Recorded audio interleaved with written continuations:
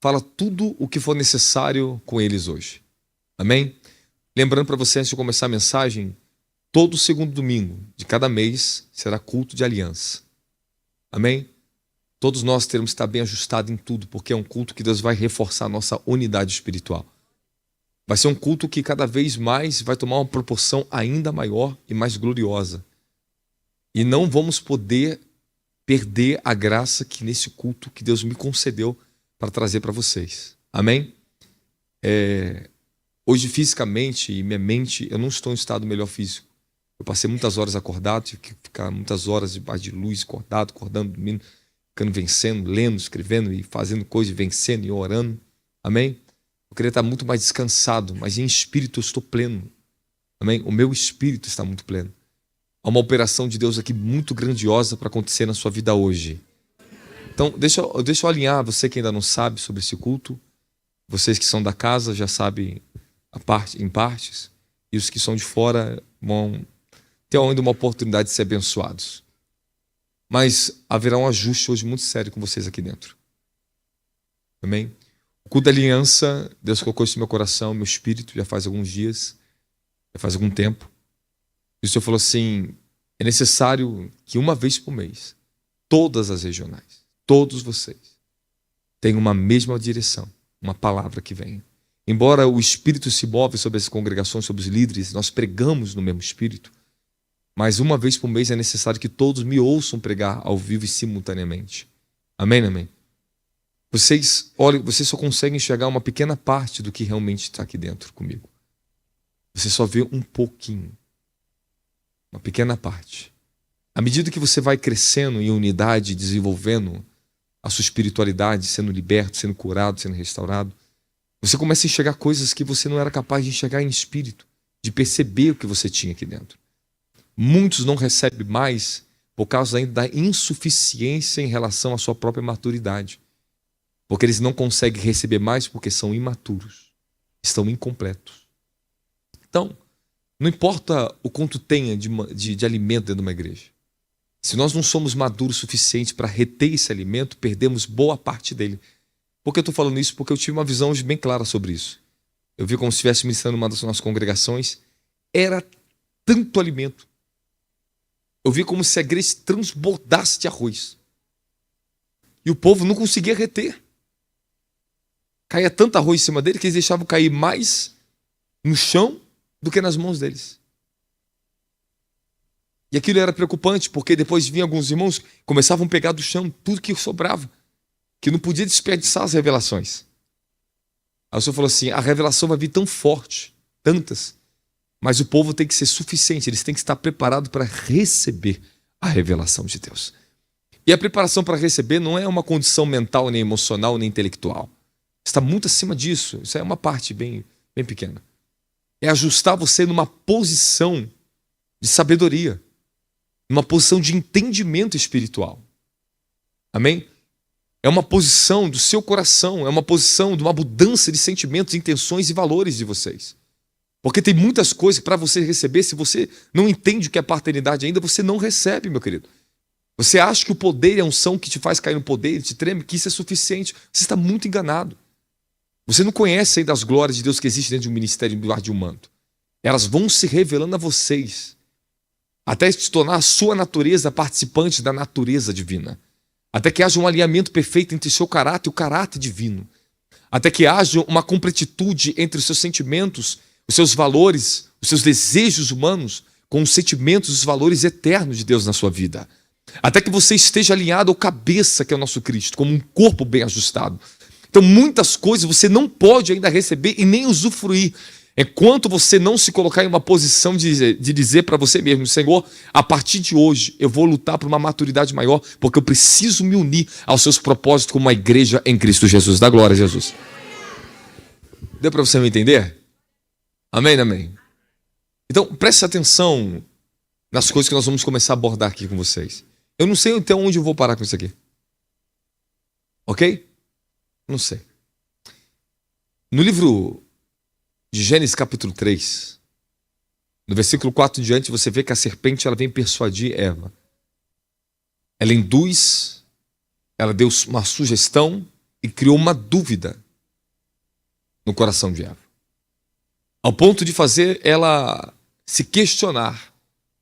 Deus me deu uma proibição de comer de uma árvore, mas não me deu uma explicação do porquê. Quando Satanás ele chega no ponto onde ele faz uma sugestão e gera uma dúvida nela, ela entra para a dimensão do raciocínio, ela começa a procurar informação dentro dela. Será que a serpente tem razão? Como é que Deus me falou? Ele me falou que eu não posso comer, mas é verdade. Ele não me explicou o porquê. Nesse momento a dúvida nasce. A maioria das pessoas, elas entram em rebelião e desobediência, não porque elas querem ser desobedientes ou rebeliosas, simplesmente porque elas são enganadas. E a maioria delas acredita numa mentira, porque sempre a desobediência, essa porta da desobediência, ela se abre através de um engano. Na maioria dos casos, ela não vem simplesmente porque a pessoa quer ser desobediente, ou simplesmente porque ela é desobediente. A maioria das pessoas que andam na dimensão da desobediência é porque elas estão operando debaixo de um engano na sua vida. E você pode ter certeza que mais de 90% é assim. A maioria das pessoas, toda a experiência que eu tenho ministerial todos esses anos, o que eu vi dentro da igreja acontecendo com as pessoas, é que elas acreditaram na opinião do inimigo. Quando o diabo ele consegue sugerir uma opinião para você e você anda com base da sua opinião, você está caindo em desaprovação. Tome cuidado, que a sua opinião pode ser muito perigosa e pode ser exatamente a semente da rebelião na sua vida.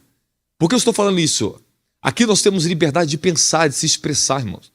Nós não colocamos vocês dentro de uma senzala religiosa. Nós não estamos dentro de uma senzala, religiosa. Nós somos livres, nós somos parte do aprisco do eterno. Amém, amém. Nós não estamos parte de uma senzala dos homens. Amém, amém. Porque aqui tem liberdade de expressão, tem liberdade de espírito, liberdade de vida, liberdade para sermos libertos, liberdade para sermos confrontados, liberdade para sermos amados e liberdade para ser cuidados. Tudo depende de você. Se você quer ser cuidado, será cuidado. Se você quer ser amado, será amado. Se você quiser ser liberto, você será liberto. Amém, amém. Tudo depende de você. A liberdade de Cristo está em nosso meio. Mas Paulo diz, não use a liberdade do espírito para dar ocasião à carne. Fala para o seu irmão, não dê ocasião à carne. Então, presta atenção, você tem que seguir meu pensamento aqui junto comigo, não vai ser fácil para mim, porque eu tenho um tempo muito curto de ministrar a mensagem aqui. Eu tenho muita ministração para fazer aqui hoje. Meu trabalho de imposição de mãos é muito maior até que o meu trabalho da palavra aqui hoje. Não que um seja menor do que outro, estou falando que o meu tempo está curto para a palavra hoje. Amém? E nós estamos com regionais, muita gente conectada online, nós precisamos ter muita equilíbrio aqui agora, e precisão que nós vamos fazer. Vou te passar e vou continuar dentro do que eu estou te falando aqui agora. O que eu observei nesse decorrer de ministério, de muitas igrejas que eu fui, que eu passei quando era mais jovem, eu observei o que mais destituiu as pessoas e mais destruiu a unidade da igreja é as opiniões. Quando a igreja não opera no mesmo modo de pensar, no mesmo sentimento, quando não há uma só alma e um só coração, haverá sempre espaço para divisão. Satanás ele vai usar a imaturidade da unidade para destruir, para derrubar, para interferir nos processos, nos avanços e no crescimento do corpo de Cristo. Nós temos que entender que nós somos muito mais do que uma organização religiosa. Nós estamos acima disso. Nós somos um corpo. Somos chamados corpo de Cristo, nós somos uma pessoa. Por isso que a igreja primitiva era uma só alma e um só coração. Então você vai entender algo hoje que eu vou te explicar. Eu gostaria que vocês levassem muito a sério o que eu vou te ensinar. Isso aqui não é uma brincadeira, isso aqui não é um ensinamento inferior a qualquer outro ensinamento que eu dei para vocês. Inclusive, o que eu vou te ensinar é a conclusão de tudo que nós temos vivido. E se nós não chegarmos na unidade perfeita, e se nós não chegarmos aonde Cristo está esperando nós como um corpo bem ajustado, nós seremos reprovados com o tempo. Podemos ter qualificações de muitas boas graças que Deus nos deu aqui dentro. Podemos ser poderosos no profeta, poderosos em muitas coisas do apostólico, podemos ser poderosos nos milagres, podemos ser o maior ministério de libertação do Brasil. Mas podemos ser drasticamente reprovados nos reinos se nós fomos pegos na imaturidade da falta de unidade. Qual é o meu grande temor agora? Ativar o sobrenatural, transitar vocês para dentro de revelações lindas que vocês receberam, já fizemos. E continuaremos fazendo. Mas o nosso grande desafio desse ano 2026 é unir vocês. Unir vocês é o processo mais difícil, que não só para mim ministerialmente exigiu, ou vai me exigir, mas para todos os apóstolos de todas as eras que existiram. Apóstolo Paulo, no final da sua carreira, no livro de Filipenses, tá? Ele estava no final da sua carreira, antes da sua morte, preso em Roma. Apóstolo Paulo, no final da sua carreira, escreve uma das epístolas mais poderosas dele, sobre unidade, que é chamado Filipenses. A epístola de Filipenses e de Efésios são as epístolas mais poderosas de unidade, que mostra a completitude e o resumo do que é um ministério apostólico e qual o caminho que eles têm que chegar. Eu quero que vocês entendam isso aqui. Eu quero que vocês percebam o coração de um homem ungido. Um homem que alcançou as dimensões mais gloriosas que um homem na terra já pode ter alcançado foi o apóstolo Paulo. Ao ponto de ele falar para que eu não me gloriasse nas excelentes, das excelsas revelações que eu recebi do Senhor. Tive que ser colocado um espinho na minha carne. E este homem chega no final e fala assim: o meu maior desejo é conhecer a Cristo. O meu maior desejo é conhecer o poder da ressurreição. O meu maior desejo é ser alcançado pelaquilo que eu estou levando a vocês. Para que de nenhuma maneira eu seja reprovado. Você vê que aquele homem, com toda a plenitude que ele tinha, ele queria conhecer Jesus. Ele queria o poder da ressurreição. Ele levava uma igreja a compreender o valor de sermos um em Cristo Jesus. Ele mostra o sentimento, as dores dele pela igreja. É uma das epístolas mais gloriosas, mais poderosas que existe. Para a unidade, Efésios e Filipenses. E o Senhor falou pontualmente, ontem nós estávamos no mover profético online tão poderoso. Eu acho que Deus me tomou 1 hora de transe profético, de profecia, de tanta interpretação, de tanta glória, tanto fogo que caiu. Eu não consegui dormir a madrugada, não porque não tinha paz, ou porque estava em alguma batalha. É porque havia um fogo no meu corpo que fisicamente eu não estava aguentando. Eu não podia dormir. Há uma guerra, tome cuidado, para você não ser reprovado. E o Senhor falou claramente comigo essa madrugada. Alerte o meu corpo, que ninguém está isento da reprovação e da queda. E o Senhor falou para mim: eu vou te movimentar para livrar a igreja do tropeço. E começou ontem. Nós vamos nos movimentar para livrar vocês que estão me ouvindo aqui do tropeço, da queda e da reprovação. Você já passou por muito isso na sua vida. Você não está mais em tempo disso.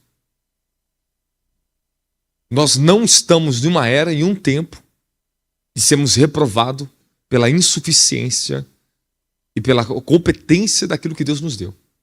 Nós não podemos ser insuficientes e incompetentes. Porque muito dado, muito é cobrado.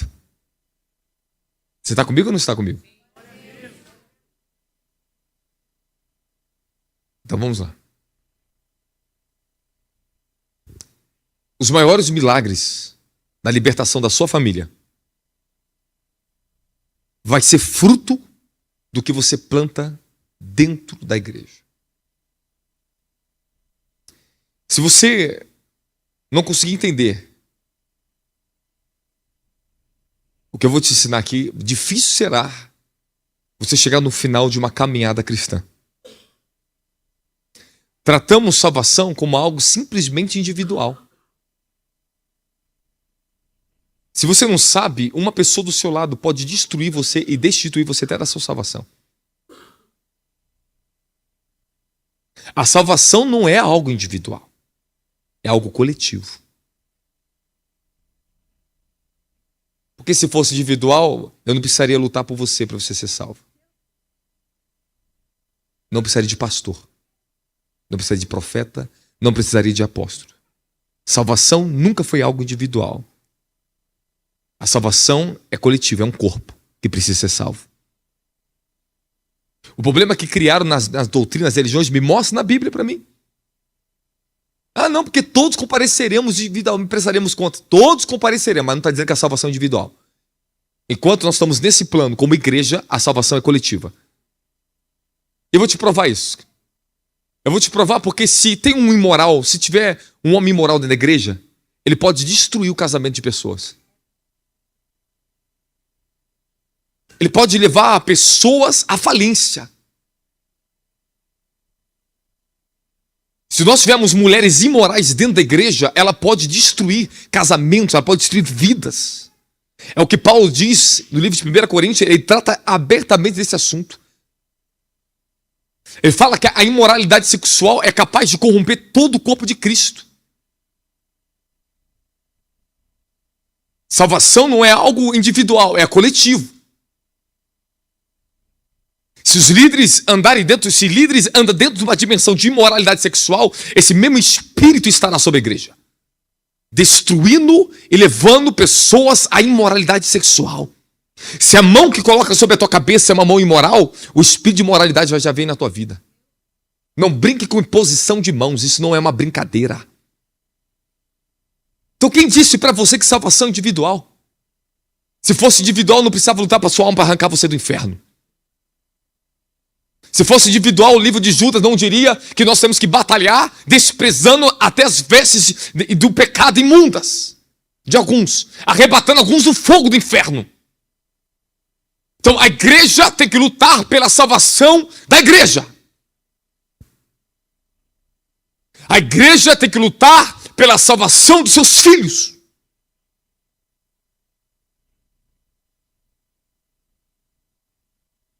Não é fácil você ter uma posição de autoridade numa igreja, irmãos. A minha elevação é a elevação de muito de vocês. Mas uma queda minha pode ser a queda de muito de vocês. Não brinca com isso. Isso não é uma brincadeira. Nós somos um corpo.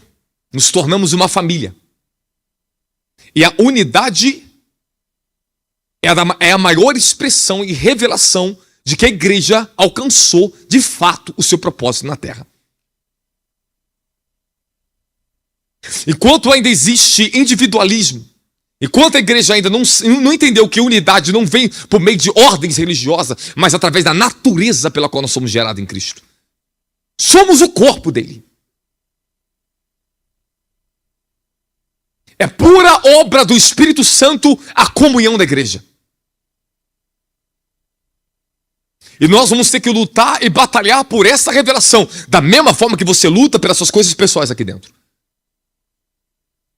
Da mesma forma que você luta pela sua libertação pessoal. Da mesma forma que você luta pelos seus dons. Da mesma forma que você luta pela sua intimidade com Deus. Nós temos a obrigação de revelar o Pai ao mundo. Nós temos a obrigação de revelar o Filho de Deus ao mundo. Mas temos a obrigação também de nos revelar como irmãos. E se nós não nos revelamos como irmãos, estamos em apuros. Eu não consigo revelar o Pai se eu não conseguir me revelar como seu irmão. João disse, se você diz que você ama a Deus e odeia o seu irmão, que você pode ver, e diz que ama a Deus que você não pode ver, você é mentiroso. Então está cheio de mentirosos dentro da igreja. Então quer dizer que uma mentira que está tomando a muitos é que diz que ama a Deus, mas não consegue amar o seu irmão, filho do mesmo pai. Mas tratamos isso como algo emotivo, algo somente superficial, simbológico. Se esquecemos que nós, de fato, somos irmãos de sangue. Porque corre na nossa veia o sangue do Cordeiro. Nós temos a participação do mesmo sangue. Então, eu sou teu irmão verdadeiro. Porque temos o sangue do Cordeiro em nós. Bebemos do sangue dele na Santa Ceia. Recebemos o sangue dele na justificação. Agora toma cuidado que eu vou falar para vocês, hein? Em João 3,16 diz que Deus amou o mundo de tal maneira que ele entregou o seu único filho. O unigênito do Pai. Então você vê que Deus começa a revelar ao mundo a salvação, começando pelo amor e não pela graça. Então o processo verdadeiro da salvação do ser humano está no amor. Mas ela não se consuma no amor. Ela se fundamenta na graça, mas se estabelece na comunhão do corpo. Querendo ou não, nós não podemos fugir dessa realidade. A graça, ela vem estabelecer sobre nós os fundamentos eternos. É a compatibilidade de natureza. É a nossa justificação nas jurisdições celestiais e terrenas. Eu tenho a graça. Significa que eu tenho compatibilidade de natureza. Eu tenho a justificação. Que embora olhar para a minha natureza humana, eu estou totalmente insuficiente. Mas a graça, ela me cobre a minha insuficiência. É Deus dando a si mesmo o seu poder a mim para me vencer a minha própria natureza terrena. É o próprio Deus me justificando pela excelência do sacrifício de Cristo Jesus. Não pela minha perfeição humana. Pela excelência do sacrifício do Cordeiro. Isso é graça. Ele deu a nós a sua suficiência. Ele deu a nós o seu perdão. Ele deu vocês a justificação que ele comprou na cruz do Calvário. Fala, ele comprou. Porque ele pagou o preço.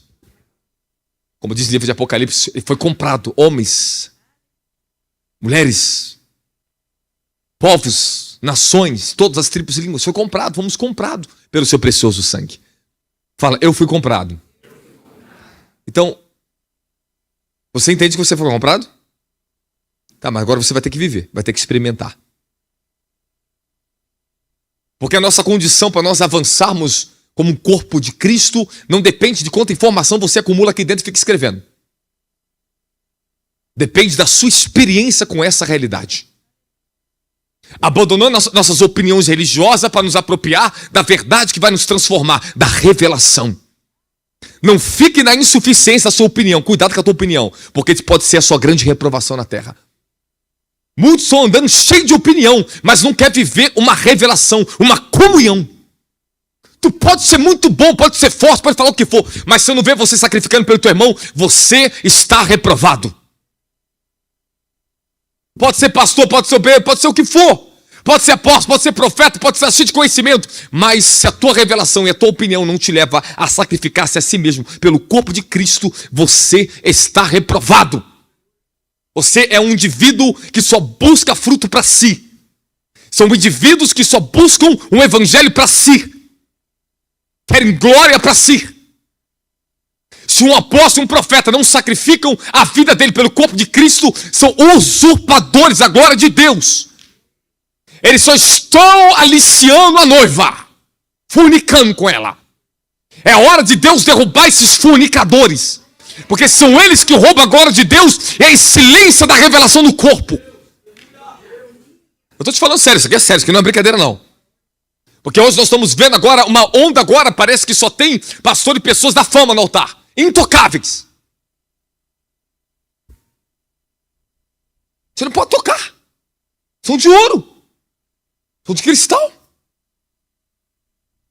Aí geram igrejas insuficientes. Que andam na arrogância da independência. Cada um por si, Deus por todos. Isso aí é para o mundo, para cá não. Aqui não tem cada um por si não, você está muito enganado disso.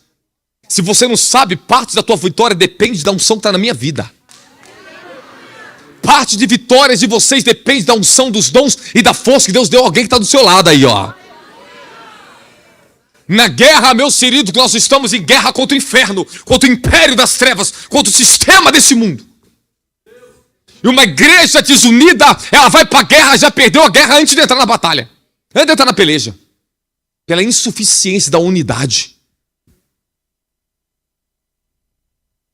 Querendo ou não, o Senhor está ajustando o corpo de Cristo nesse ministério.